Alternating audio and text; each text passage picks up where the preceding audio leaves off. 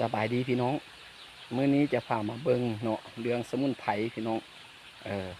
สมุนไพรแต่ละอย่างที่ว่ามีสรรพคุณเด่นพี่น้องมีประโยชน์ต่อร่างกายข้าพเจ้าจะนำมาปลูกไว้แถวสวนนี่แหละพี่น้องเนาะแนวละเล็กละน้อยเพื่อเป็นตัวอย่างเนาะเพื่อเป็นตัวอย่างในการถ่ายคลิป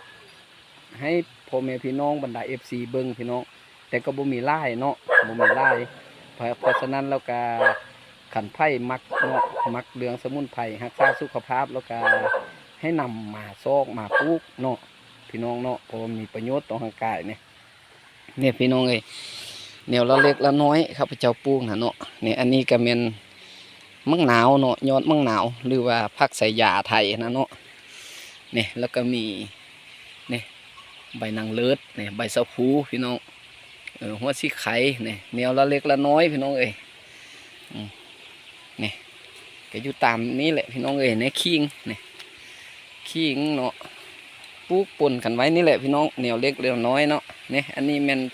อังกาบนูนี่นะอังกาบนูก็ได้3 ต้นพี่น้องมาปลูกไว้แล้วก็แต่ละอย่างข้าพเจ้าก็จะนี่อันนี้มันต้นผักอีหุ่มพี่น้องผักอีหุ่มเดี๋ยวนี้ใบมันร้อนหมดแล้วพี่น้องเนี่ยใบมันร้อนหมดแล้วจังน้อยมันกับปงใหม่เนาะแล้วสรรพคุณของแต่ละอย่างนั้นข้าพเจ้าก็จะนำมาเว้าให้พี่ให้น้องฟังหมดแหละเนาะพี่น้องเนาะเรื่องที่ว่าข้าพเจ้ามาปลูกอันนี้เป็นต้อยติงเด้อพี่น้องเด้อต้นต้อยติงเนี่ยหญ้าพันธุ์งูเนี่ยพี่น้องเอ้ยอันนี้มันเกิดเองเนาะเขาบ่ได้ปลูกเกิดไร่นี่นะแล้วอันนี้มัน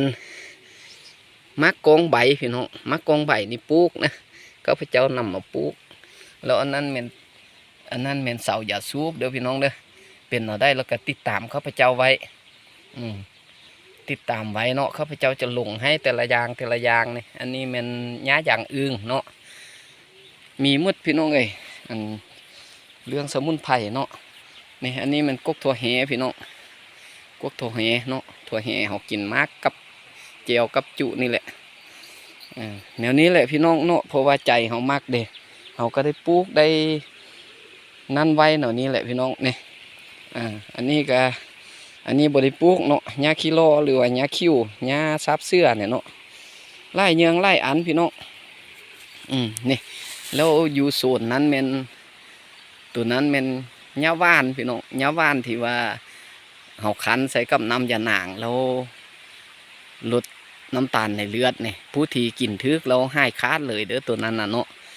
เพราะว่าเขาไปเจ้าก็ได้ลงไปแล้วแล้วก็มือหน้าก็จีลงให้ใหม่พี่น้องเนาะเอาติดตามข้าพเจ้าไว้พี่น้องถ้าว่ายังหูเรื่องสมุนไพรดีๆต่อสุขภาพร่างกายเขาเนาะมีประโยชน์ต่อสุขภาพเขามีไล่เยืองไล่อันที่ว่าข้าพเจ้าก็ได้ค้นคว้าเนาะได้ศึกษาหำเหียนแล้วก็ได้ค้นคว้าสมุนไพรตื้มพี่น้องเลยค้นคว้าสรรพคุณมันหูสรรพคุณของสมุนไพรแล้วก็ได้มาค้นคว้าเรื่องสมุนไพรนี่ตื้มพี่น้องบ่แม่นง่ายเนาะเพราะฉะนั้นแล้วยังให้บรรดาพี่น้องมาทุกคนนั่นเนาะให้ตั้งใจเนาะเอาใจใส่ที่ว่ายักรักษาสุขภาพยักดูแลสุขภาพนั่นเนาะกันผู้ได้บทเสือแล้วก็เลี้ยวไปพี่น้องเขาก็บ่ได้เว้าได้วาอย่างเนาะเพราะว่าเขาก็